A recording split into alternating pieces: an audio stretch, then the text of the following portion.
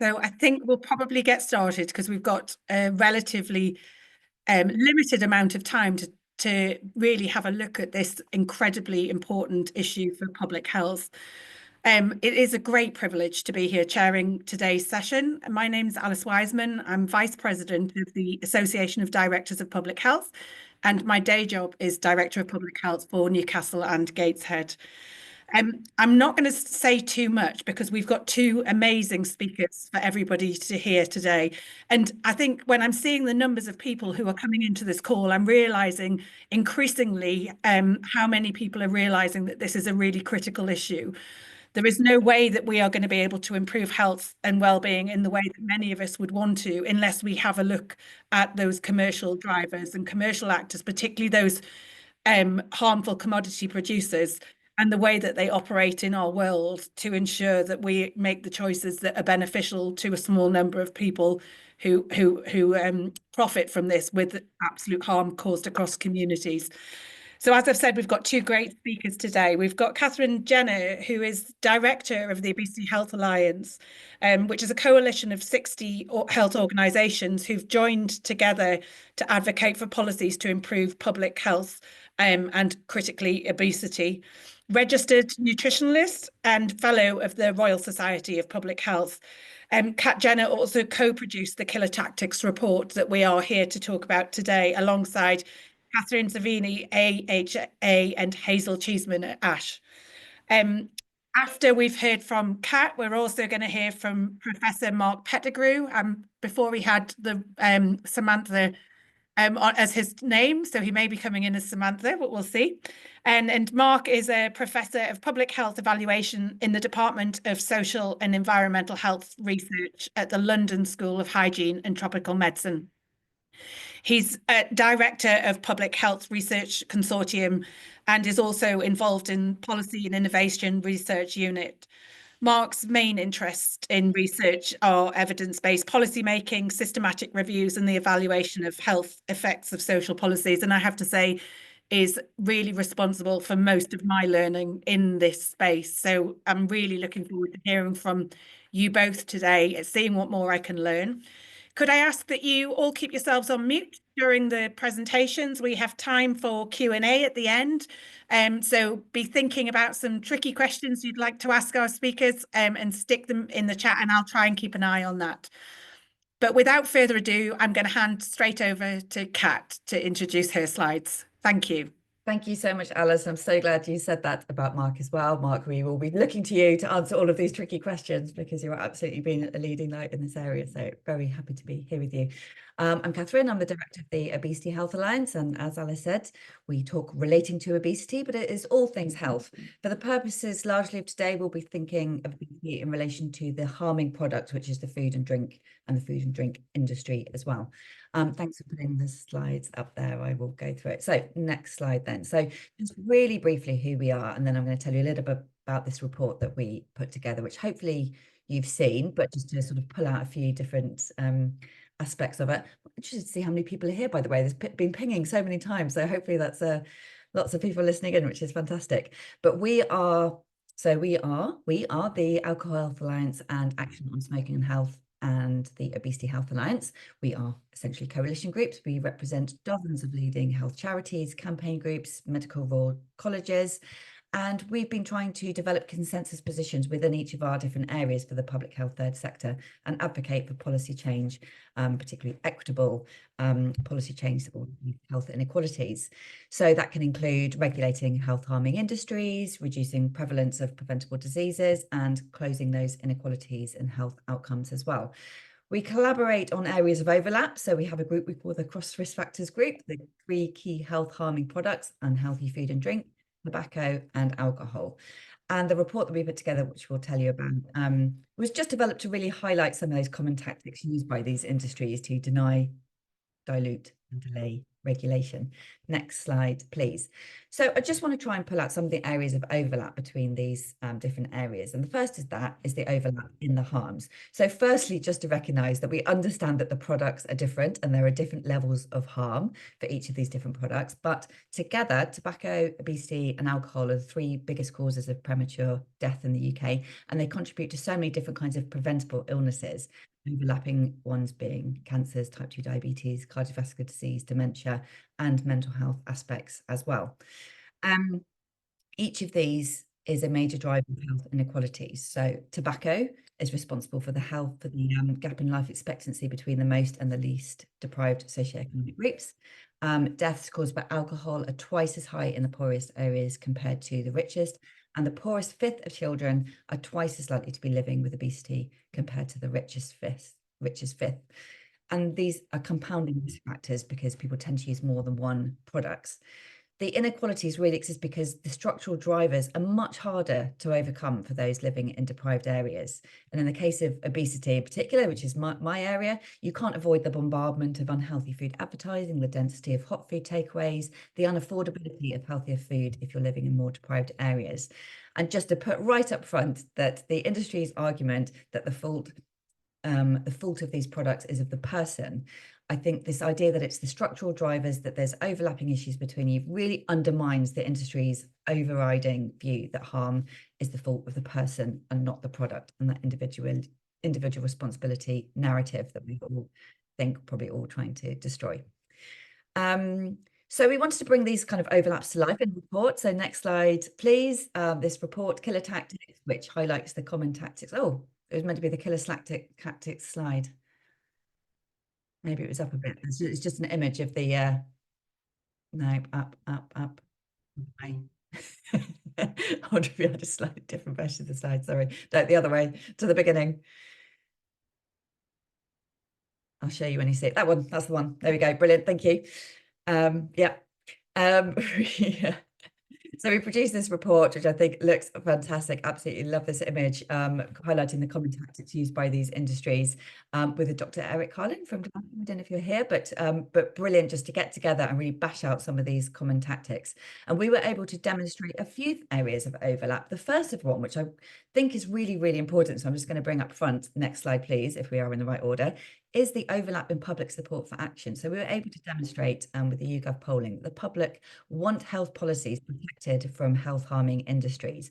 Yet outside of tobacco, there are very few rules which guide how governments can engage with industries that harm in relation to health policy. And we have so many examples of this, and perhaps it will come up in the questions a little bit later, but love to talk about it a bit more. But just yesterday in The Guardian, we saw about an ex-director for a tobacco giant advising the UK government on cancer risks. We know about what happens in nutrition as well, with lots of people with conflicts of interest working on nutrition policy.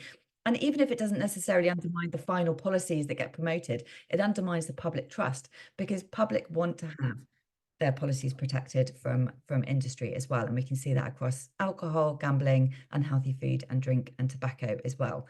And that's really important to remember. Next slide, please. So again, looking at some of the overlap in tactics. Next one. It's going to be the, yeah, that's the one. We came together over this first particular one, which many of you, if you've worked in commercial determinants for a long time, will be very familiar with. Denial. Where there is denial, there is doubt. And where there is doubt, there is delay. So we managed to pull out examples, I think, for quite a lot of the tactics for each of the different health harming industries. So just wanted to pull out this particular one. So for instance, in smoking, this was, it's too small for me to see, but Philip Morris basically said that tobacco doesn't cause any harm, or it's not addictive.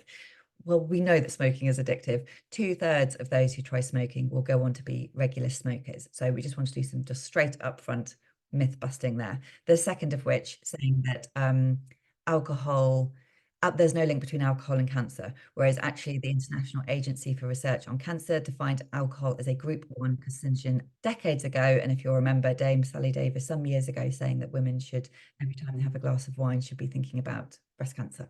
Seems to have been forgotten largely, but an important point. And thirdly, on food as well, and we have this all the time, that there's just no individual food that causes any harm, that some foods can have good nutrition in them as well, that every food has a place in a balanced diet. It was a terrible but great example of Kit Kat cereal last year, I think, just on their website, saying that their Kit Kat breakfast cereal was nutritious, and huge amounts of public outcry led to Nestle withdrawing that claim. And I'm sure many of you have got your own examples of things that fall into those categories. Next slide, please. It's just the absolute tip of the iceberg. We've got so many more examples and hopefully many more reports to come showing where food industry has positioned themselves as part of the solution. They've distorted the science about their products. They've distorted the messaging about the health harms and the risks. They've used legal threats. Kellogg's, if you remember, took the government to court to try and say that legally the milk should be counted as part of a breakfast cereal because that's how most people consume it. So they shouldn't be included as an unhealthy food. They use CSR to try and virtue their signal, do some signal virtuing at the expense of health and well-being. They've used proxies and AstroTurf groups to try and communicate their messages without being transparent about their funding. And of course, giving gifts, benefits, hospitality to MPs attempting to win their favour. And I just want to briefly go into this one because it's been particularly pertinent in the recent weeks. Next stage, please. Next slide. And, you know, I think the question for us is not just why are MPs accepting freebies, but why are companies so eager to give them away for free? Of course, we know why they are, but we've heard generally, and we've did quite a big investigation into this area, how most MPs, particularly when it comes to food and drink and tobacco and alcohol, are operating within the letter, if not quite the spirit of the Code of Ethics when it comes to accepting and reporting gifts as well. So things that might, you know, free football tickets from beer companies that might be given off to families and then not declared. MPs running APPGs whose secretariats are run by industries or consulting companies funded by industry. MPs we've seen being given giant Cadbury's bars and having their photos taken and shared all over Twitter. Although these things are allowed as part of the lobbying process, it's just important to be mindful of how it shapes policy change or the lack thereof. So even though some of them might seem fairly trivial, some of them are much more egregious. So for example, we included in our report the ex-MP Giles Waitling taking money from Japanese tobacco and then going on to support an amendment to the tobacco control legislation. It's all correlation, can't say cause and effect, but this happens a lot. We have so many examples of this sort of thing happening in food. So yes, it may be seemingly trivial perhaps, but we need to be very vigilant to all of it. We know, in fact, that right at this moment, some of our friendly MPs will be heading off to the Food and Drink Federation's parliamentary reception, where they will be having a lovely glass of wine and told that the food industry does not need to be regulated because they are making such great progress voluntarily. I can write the script for them. Next slide, please. So as I said, so it's the Alcohol Health Alliance, ASH, and Obesity Health Alliance. Collectively, I'm sure you'll know, being called the Fun Police. So we like to put the fun in Fun Police. So we developed our own little game of industry bingo, which outlines the methods used by the industries that sell harmful products. So this is the back of the report. Please, I'm sure we'll be able to get to some single images for you to share, but it's really quite amazing. The overlap between the three was just playbook to the point. So have a look at our bingo. Next slide, please. We've just included the 9 here, and I'm sure there are plenty more as well. But for all the fun, it is of course serious. They detail how industry and the industry influence public policy, how they manage to delay, weaken, or undermine regulations designed to protect our health. I don't think I've got that much time, have I, particularly to go through them. So hopefully in your own time, you can go through all of these.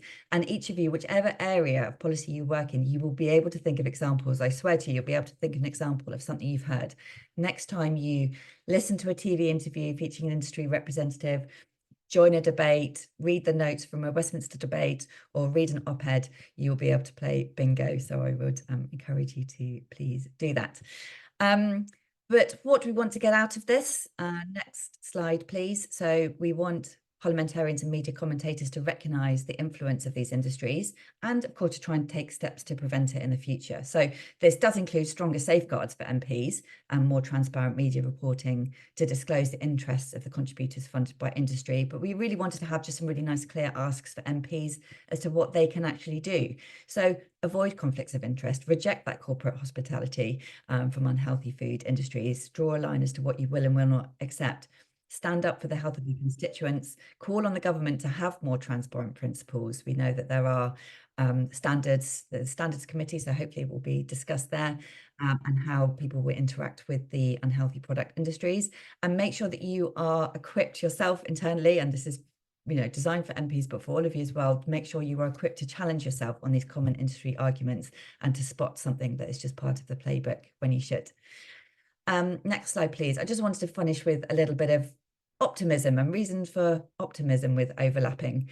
I just did a quick Google of Keir Starmer, Nanny State and Wes to see some of the things that they've been saying. And yes, admittedly, some of them were much earlier in the year where it was a different situation, but some of them have just been in the last month or two as well. We know there are various things happening that mean that progress is perhaps not happening quite as quickly as we might like in policy in these three areas, but the health mission is focusing on tobacco harms, alcohol, and alcohol harms as well. So we really do expect to see progress coming, even if it's not just right now. So we have in mind that we've got a government. You could never have imagined a prime minister before this being able to say that they're going to need nanny state measures, they're going to stand up to industry, or that they're going to threaten to steamroll food firms as well. That is new information for us. So we're still keeping that as a cause for optimism. Next page, please. And the any of you that saw the Lords Committee report on obesity, food, diet and obesity just a couple of weeks ago may have spotted this section that came out of a lot of people raising the issue of conflicts of industry in policy making in food, that the recommendation from the House of Lords is to exclude businesses that are considered to be unhealthy from policy, and also to have a code of ministerial contact, ministerials meetings as well. So government has to respond to this report. We'll be encouraging them to put in a strong response on behalf of our cross risk factor group. That is all I was going to say. So thank you very much. That was it. Last slide was a thank you, I think. And I'll pass it back to you, Alice. Thank you. That was fantastic, and a real kind of whistle stop Tour, tour, I think, through a probably really a bit quicker than I'd planned, but there we go. We got it. No, it's great because it's a really complex area. And I think, as a local DPH, I know one of the things that you said really resonated with me, which was to familiarize yourself with the narratives that are used in industry and develop your own responses. Because I think that's, kind of one of the challenges that you have. They sound so plausible, but actually practicing being able to respond to them in a way that, that is challenges that narrative, I think is something that all of us on the call can do. So I'm not going to say any more because I'm going to hopefully have lots of times for questions at the end. So just a reminder for people to put questions in the chat and I shall have a look out for them. So I'm now going to hand over to Professor Mark Petticrew, but as I mentioned earlier on, he's got the wrong name on his slide, so apologies for that. But here's Mark, and he can take us through the rest of the presentation for today. Thank you.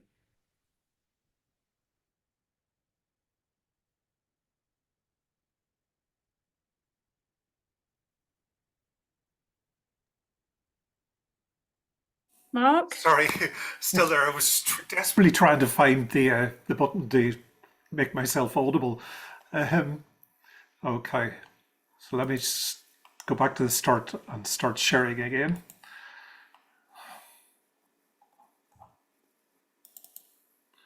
And hopefully you can see me and hear me. Yep, we got you. Thank you. Brilliant. Thanks very much. Thanks for the invitation to speak. And just before I start, to say really briefly that my research, or the research that I've done in these areas, is funded through the Spectrum Consortium, the little logo at the bottom right, and I've no direct or indirect industry funding. I won't go through this rather detailed declaration, but basically Spectrum is funded by charities, government and research councils. I see the person still playing the xylophone in the background. So broadly, what we do in the Commercial Determinants Research Group is research on the activities, the tobacco, alcohol, gambling, food, some opioid research in the opioid industry, firearms, healthcare, various others. And we've also done a lot of research on the front groups of harmful industries, including industry-funded corporate social responsibility organisations and charities such as DrinkAware in the UK and Ireland, GambleAware, DrinkWise in Australia, and many, many others. And we've an interest in the misinformation tactics that these industries engage in, which is one of the killer tactics that's mentioned in the report. And on the right-hand side of the slide, there's a news story which just illustrates that we've also done a lot of research on the activities of the alcohol industry and indeed the gambling industry in UK schools. So I won't go through the killer tactics listed in the report, but there are 7 key tactics used by the tobacco, alcohol and unhealthy food industries. As Kat said, we know that these tactics are shared. There's a common playbook. We know that the tactics are shared behind the scenes, which explains the many similarities across industries. You can see the common use of these tactics across different industries.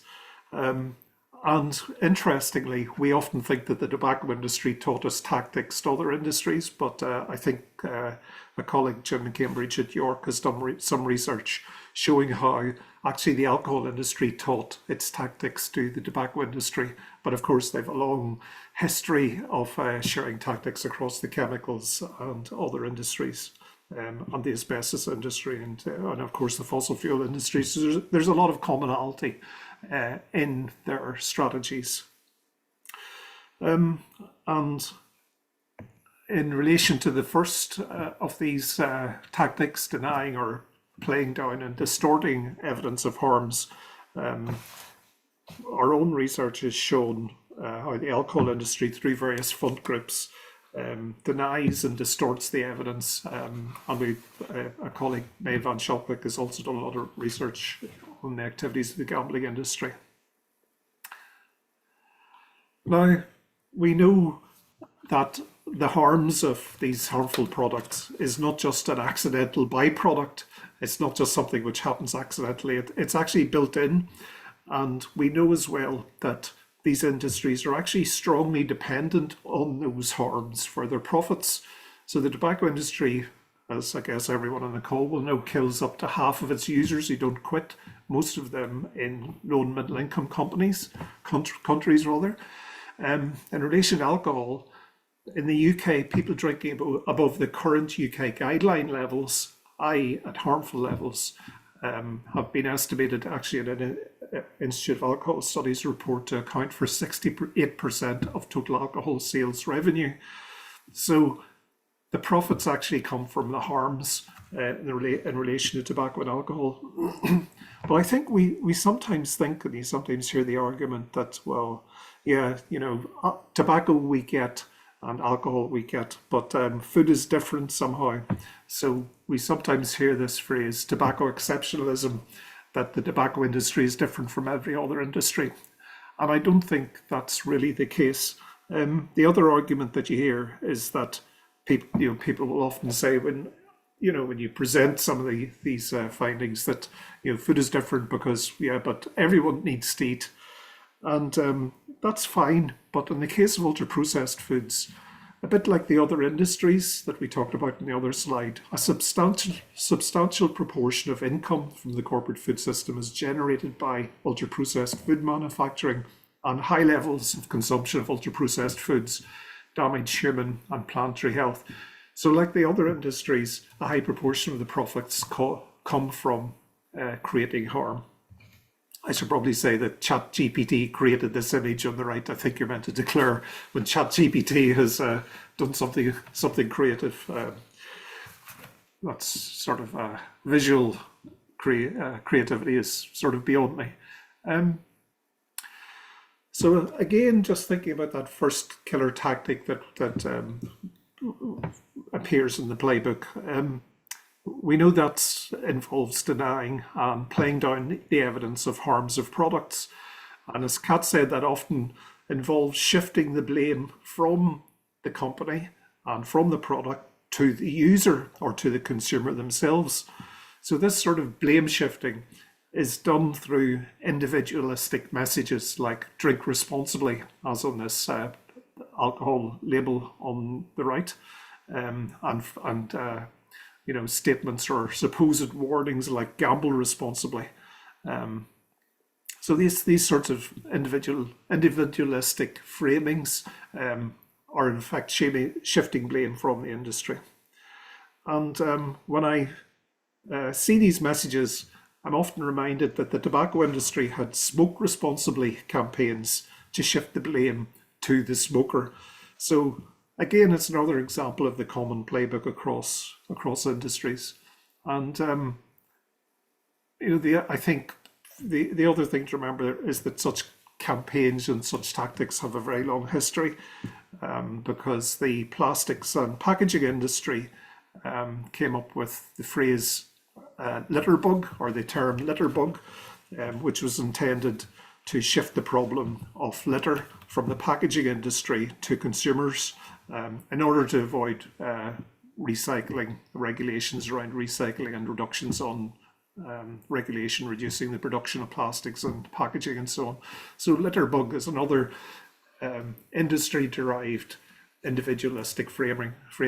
And I see Grant Ennis is on the call. I'm sure Grant would remind us that jaywalking is another individualistic framing that was invented by the car industry in the 1920s to shift the blame from drivers who were knocking down pedestrians to the pedestrians. So jaywalking was invented by the motor industry, I think it was in the 1920s or 30s. So broadly, these industries, what they have in common is that they use these arguments and these sorts of framings to influence policymakers and the public. I mean, these approaches, these tactics run alongside the other well-known tactics that we've heard about, such as lobbying and freebies and distorting the science and so on. And but the messaging, the constant messaging to distort what is known about the harms of harmful products and so on, is that the messaging and the characteristics of the messaging are fairly well documented. And from the research that's already been published in the area, I've produced this list of red flags of how you can recognize an industry argument about harms or to deflect attention from harms. So just quickly to go through that. So one of the red flags is what is sometimes called problem deflation, where an industry argues that actually the problem is declining, so it's not a problem. The alcohol industry says this often in relation to alcohol consumption. Binge drinking is declining, or the consumption among young people is declining, so we don't need to worry about it, or to trivialize the problem or minimize the problem by saying most people drink or eat or gamble moderately. But this is actually a logical fallacy. Just because a problem is declining doesn't mean it's not a problem. The other argument you hear very often is that the problem isn't our industry, the problem isn't our marketing or our advertising, it's peers and parents. So you get a very strong emphasis on peer influence and the role of parents, but there'll be no mention of the role of industry and harmful advertising and marketing. So that's another red flag. Distractive mentions of peers and parents, for example, as a driver of consumption. An emphasis on information and education is also another red flag. Harmful industries prefer that the public is bombarded with information and education, which is of minimal effectiveness, instead of public health interventions of known effectiveness, such as effective public health policies. You will often see an emphasis on behaviour as opposed to the product, such as in the case of drinking, antisocial behaviour, and the emphasis on responsible behaviour. And again, that's a way, the emphasis on behaviour is a way to shift responsibility to the individual and away from the emphasis away from the harms of the product itself. I think the Killer Tactics report also mentions an emphasis on the complexity and the complex nature of the problem. and the need for local solutions as opposed to policy, sort of national policies. And you get statements such as, it's a complex problem. We don't need simple one size fits all solutions, etc., etc. So these sorts of arguments are used by industry to help reject population-based regulatory measures such as minimum unit pricing or advertising restrictions and so on. And the emphasis on partnership, which is mentioned in the Killer Tactics report. We need to work in partnership. We're often told partnerships with councils, government, police, schools. This is generally a form of PR rather than an effective intervention. Partnerships are used to, as we've just heard, as an alternative to effective public health interventions, as an alternative to policies. As an example, we've published an analysis a few years ago of community alcohol partnerships between the alcohol industry and the police and others, schools and so on, which showed that the evidence isn't there that they actually work, and they're a form of alcohol industry PR. Keeping an eye on the clock, so I'll move on. But I mentioned the influence of industry in schools, and that cuts across food industry, alcohol industry, gambling industry, fossil fuel industries that have all been very active in schools, both in the UK and internationally for decades. And this is another form of corporate social responsibility and another form of manipulation of public opinion, but it starts with primary school children. And the BMJ, British Medical Journal, published an investigation earlier this year which looked at the activities of the alcohol industry and some of its front groups in schools in the UK. And we had done an analysis previously showing that schools are used as a way for the alcohol industry to introduce misinformation into schools and into school children, I guess, and to normalize alcohol consumption, and indeed to promote consumption. And the BMJ investigation, this is a quote from it, industry-backed groups still provide alcohol education in UK schools, including a theatre group called Smashed, funded by drinks giant Diageo. Universities are also targeted. DrinkAware, a charity funded by major alcohol producers and retailers, venues and restaurant groups, funds Freshers education materials. We've done lots of analyses of these materials, and as I say, they're a major source of misinformation. So I'm sort of coming to the end now, and just wanted to point to a few positive aspects. And I think this is one interesting, I suppose, a positive role model, which shows the power of community action. In Ireland, the activist group Irish Community Action on Alcohol Network, ICAN, led the charge to drive the alcohol industry out of schools. And in Ireland, the Department of Health and the Department of Health officials said, as a result of ICAN's activities, we've issued a statement telling school principals under no circumstances DrinkAware should be inside the door of Irish schools. So I would hope that we would be moving in this direction in the UK. ICAN has also developed, we might not be able to see that, it's called the I mark, which is used to accredit organisations that want to show that they're completely independent of alcohol industry influence. So there are tools out there. Just very briefly, one of the other useful ways of understanding some of these tactics specific to alcohol, as well as the resources on the Institute for Alcohol Studies website, is this alcohol policy playbook, which was published by WHO on actually just on Friday. I won't read the blurb, I guess you can read it later, but just to say that's another useful way of sensitizing oneself to the activities of the alcohol industry and how it challenges effective policy making. Another very useful tool is the Good Governance Toolkit, which was developed by colleagues Anna Brooke and Katharine Corner and endorsed by the Association of Directors of Public Health and is on their website. So it's a tool to help govern commercial interactions and relationships in UK local authorities. So that's another positive step forward. So very briefly then, Some conclusions. Industries and their front groups are not public health agencies. They have no competence in providing health promotion or educational activities, but despite that, they move into public health spaces. We need to be aware of that. The evidence shows very clearly that they misuse these opportunities to disseminate harmful misinformation and industry-friendly narratives.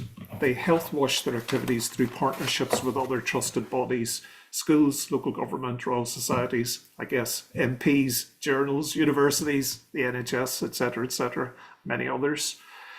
And they use these opportunities to displace existing evidence-based initiatives, in particular evidence-based public health regulations on advertising, pricing, marketing and availability, sometimes called, as I said, policy substitution. So in summary, what we need to do is to understand the tactics, challenge our own ways of thinking and our assumptions and our absorption of industry-created norms, and thirdly, set boundaries. These industries have no expertise or competence in public health or health promotion or education. And the Killer Tactics report is a great way of sensitizing ourselves to these sorts of activities.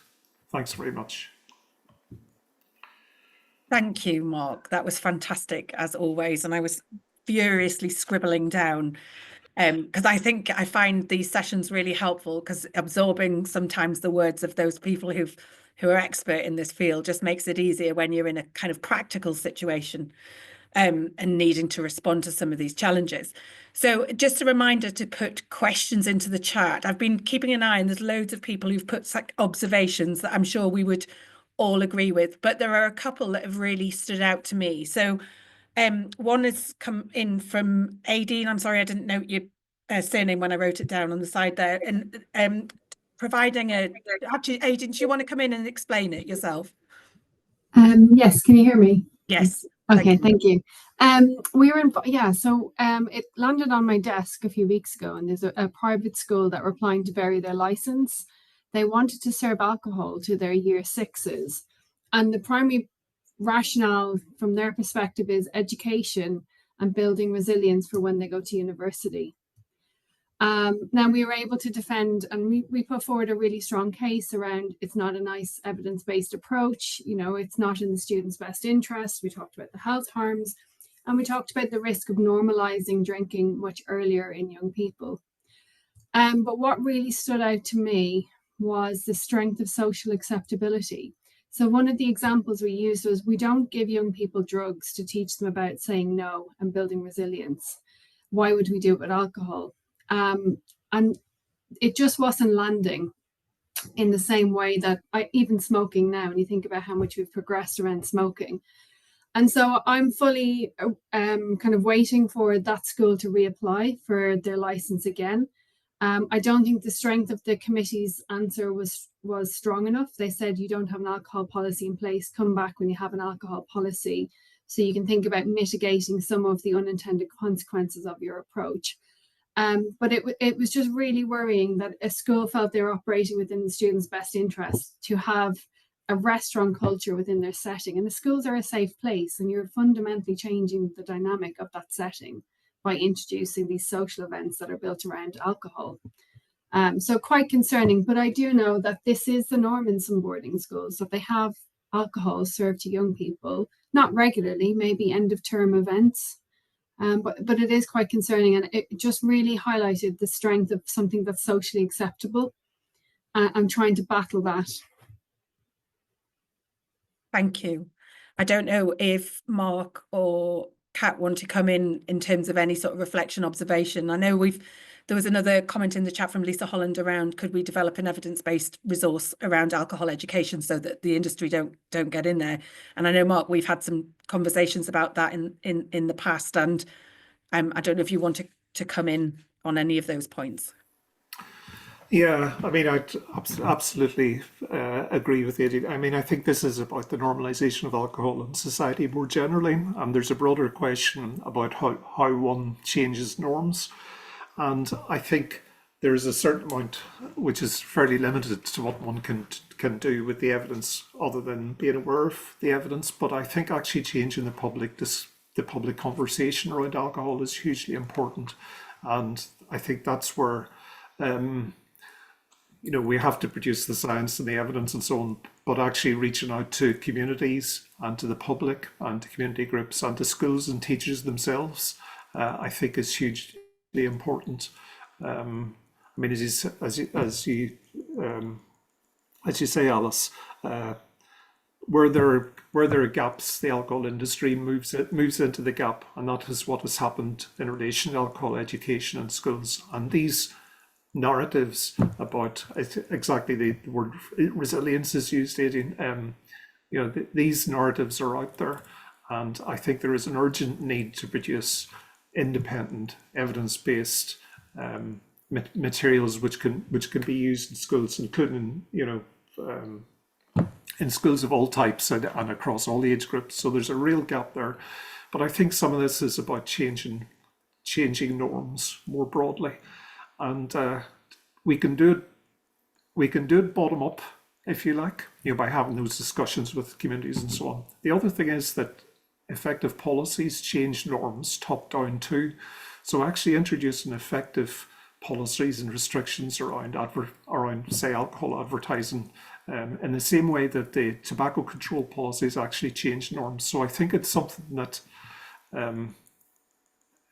you know, it doesn't have to entirely be left to teachers and public health advocates and communities and so on. There's something that needs addressed at both levels. I sort of feel hopeful that things are moving in the right direction as a result of reports like this and meetings like this, but it's a slow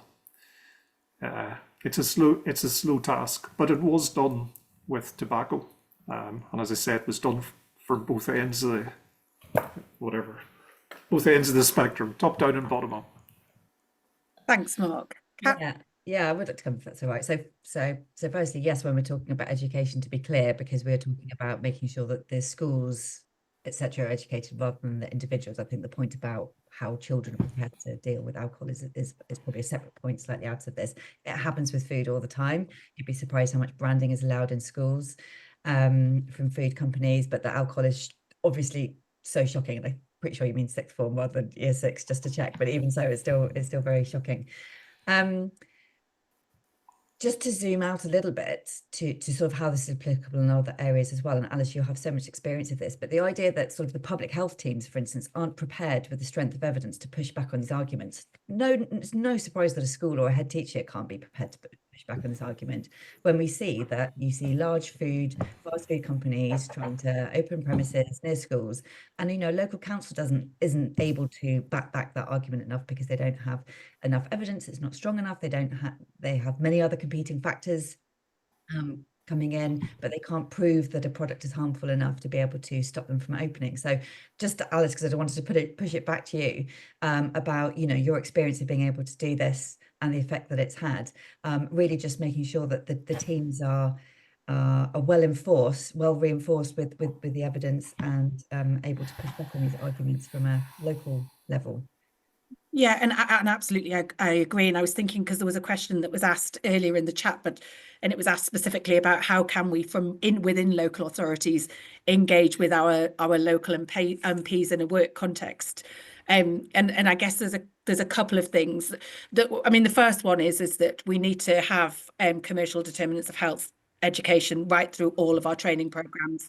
You know, I find it, you know, funny that we're making sure that people are able to do analysis of an individual funding decision, for example, in a public health context, but then aren't equipped to talk about this. And actually, we've got some amazing registrars that are coming through and chomping at the bit and telling us exactly what they think that we should be teaching through public health. So I think that that's a challenge for us.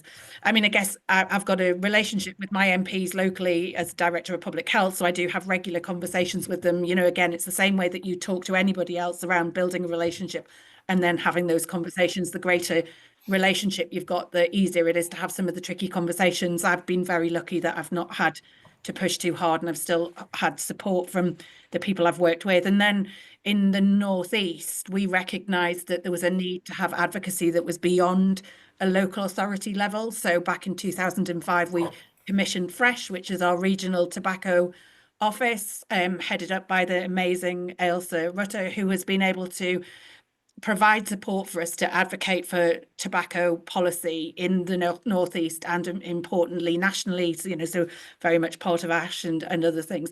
And learning from that, in 2009, we set up an alcohol office as well, Balance, which was doing exactly the same sort of thing. So in many ways, because we were able to collaborate across the 12 local authorities, we were able to have economies of scale. And there's one comment in the chat, which I will lead on to, but there's a question from Andrew Turner around, is our laudable focus on integrity and that evidence will speak for itself a hindrance?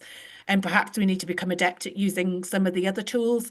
And I guess we've used, in that respect, locally in the Northeast, we've used mass media to make sure that people understand that alcohol causes cancer, that people, are able to see smoking survivors, which was one of our regional campaigns that was rolled out nationally earlier in the year. But I'm interested in yours, Mark, and you, Kat, in terms of whether you think we should find different ways of communicating this, both upwards to the MPs, but also into our communities who are most affected. Do you want to go first, Kat? Someone just started drilling outside my house, so I'm hoping I'm going to hear all that. Mass media campaigns, yeah. So I guess again, we're talking not about educating the individual as such, but educating against the health harming industries and the products as a whole, just sort of, just have a distinction between those two things there. For food, it's quite different as it is, but for smoking, that's one of the areas that we actually slightly more struggle to find common ground. We wouldn't, for instance, recommend healthy eating, particularly campaigns as mass media. We'd rather there was just healthier food on the shelves. When it comes to, particularly in the case of food, choice is used a lot, the idea that you could choose a healthier diet and because it's out there. So mass media campaigns have quite often played into that messaging a little bit. I put a link into the chat to Grant Ennis's podcast on this about the PR and about this messaging and how we talk about it. I really, especially in the interest of time, really do recommend you talk about that and think about all these traps that we fall into, about reinforcing myths, about saying that it's really complicated, about how public health people are not just quite as adept as those amazing and very well paid lobbyists on the other side. He pulls up some really good points on that. But Mark, particularly if you're working at Nodges, I'm sure you've got some thoughts on it. Well, I mean, the point about mass media campaigns, I think, is a really good entry point because, on the one hand, informing people about the harms is hugely important, but what we know in relation to tobacco control, using those campaigns to inform the public about the tactics that the industries use is hugely important too. So I think that's something else that the campaigns can engage in. I'm thinking of I suppose it's counter marketing, where, like in relation to tobacco, where the truth campaigns actually inform the public about the tactics that the industry engaged in. So telling people both about the harms, but also about the activities of the industry. So I think there probably is a lot that we don't do, and I'm not sure. I mean, as an academic, that I'm the right person to be doing it, but there are people with the right skills like yourselves who can communicate some of that. So we probably do need to think laterally. I just had another thought. I don't know how I missed this, but we had some polling. I mentioned some of the polling about public support for these policies, but we did some polling looking at public trust on food industries. I don't think we looked at the other industries as well. And there's incredibly low levels of public trust in food industry at the moment.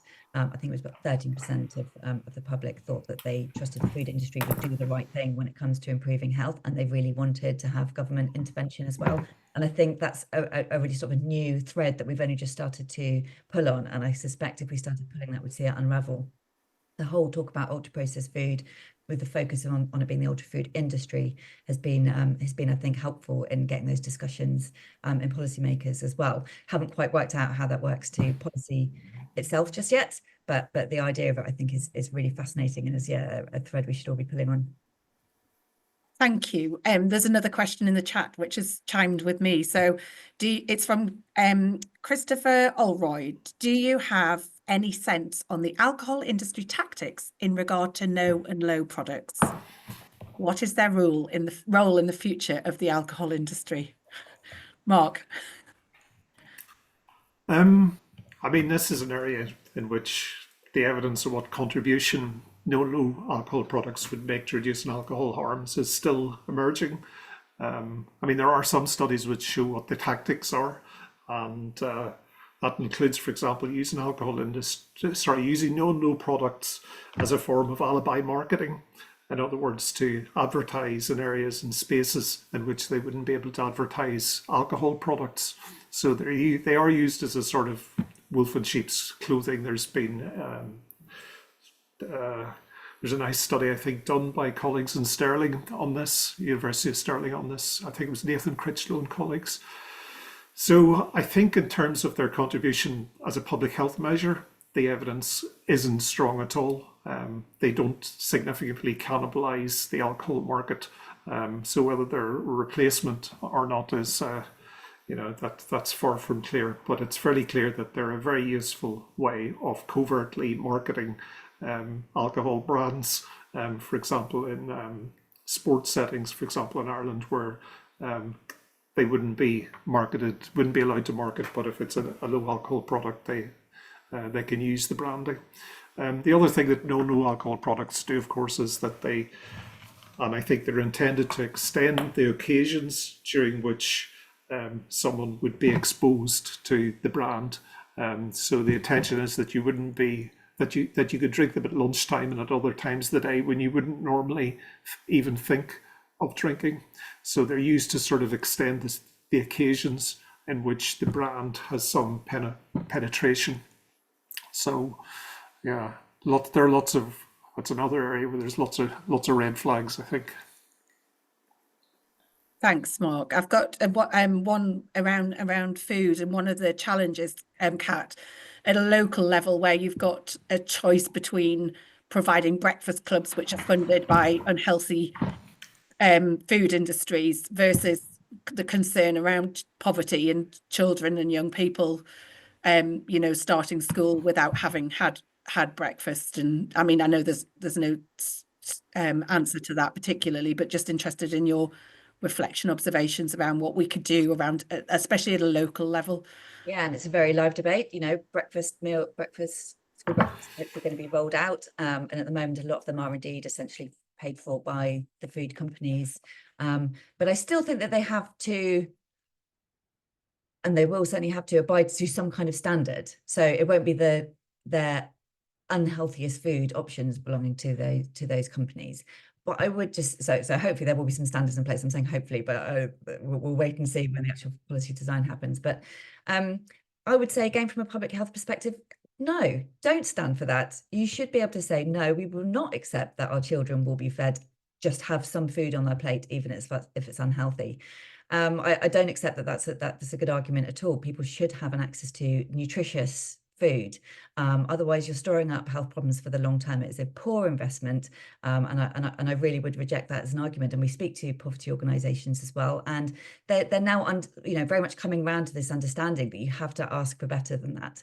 That you can't say no. It's just okay to have some food. It has to be healthy, nutritious food.